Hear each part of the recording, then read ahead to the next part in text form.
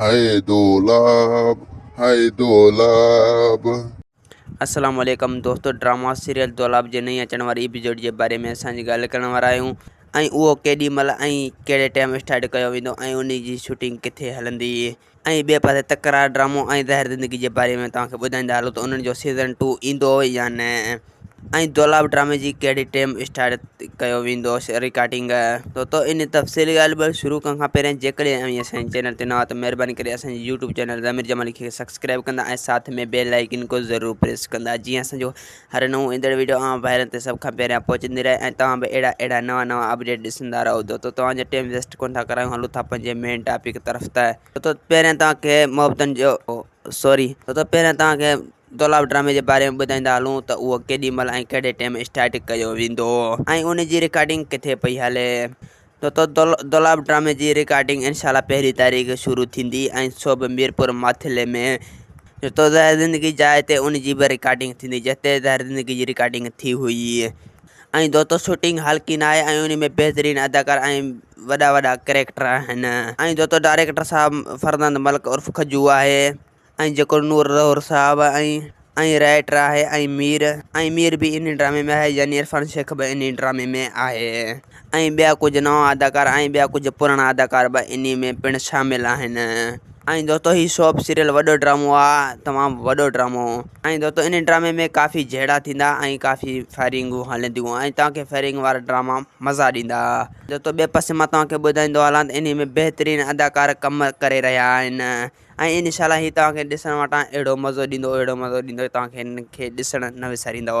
तो असां तव्हांखे ॿुधाया त ज़हर ज़िंदगी सीज़न 2 अचणु खपे, छो जो उन में सभु हीरो मरी विया ऐं गुंडा इन में बची विया, उन जे करे उन जी सीज़न 2 अचणु खपे। हा, जो त ज़हर ज़िंदगी में तव्हां ॾिसी चुका हो त रबन मरी चुको ऐं मीरा जहिड़ो, हाणे मीरा खे पुटु ॼमंदो, मतिलबु उन जी कहाणी में हिकु पुटु ॼमंदो ऐं इहा कहाणी पोइ ज़बरदस्त थी वेंदी। ऐं दोलाब ड्रामो जेको अचे थो इहो ज़हर ज़िंदगी जो रीमेक आहे, मतिलबु रीमेक ज़हर ज़िंदगी जे जॻह ते, लेकिन इन जो नालो चेंज आहे। लेकिन ख़ासि करे दोलाब ड्रामे जी कहाणी ज़हर ज़िंदगी जी जॻह वांगुरु ठहियलु आहे ऐं तव्हां इहो सम्झो त हीअ ज़हर ज़िंदगी सीज़न 2 आहे ऐं साॻी लोकेशन ऐं साॻिया अदाकार इन में बि हूंदा ज़हर ज़िंदगी जा। तो दोलाब ड्रामे जी कहाणी अथव जाहिल माण्हुनि जी ऐं हू जाहिल माण्हुनि खे सम्झाईंदा ड्रामे में ऐं जेको आहे जाहिल क़ौम कीअं पढ़ियल लिखियल थींदी ऐं पंहिंजे हक़नि लाइ विढ़ंदी आहे। तो अहिड़े हिसाब जी कहाणी आहे ऐं हीअ थोरो मुख़्तलिफ़ कहाणी हूंदी। तो इन ड्रामे में सभिनी जो इंतज़ारु आहे त इहो ड्रामो केॾी महिल हलंदो।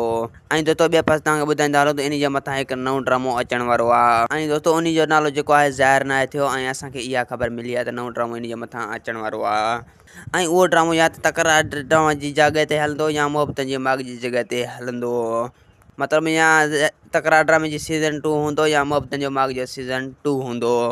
ऐं असां दोस्तनि खां पुछियो आहे अॻे रिव्यू में त दोस्तो तव्हांखे सीज़न 2 तकरार ड्रामे जी सीज़न 2 खपे या न।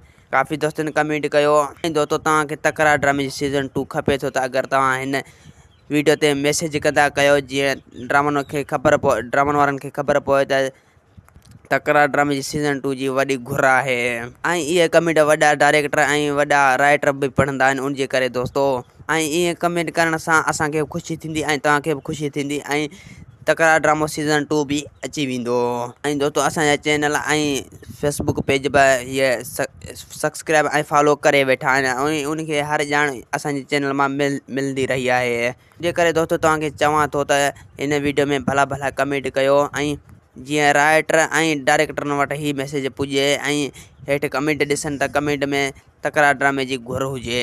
ऐं दोस्तो तव्हांखे इन करे चऊं था त इंशाल्लाह तकरार ड्रामो सीज़न 2 बि हाणे जल्द खां जल्द अची वेंदो।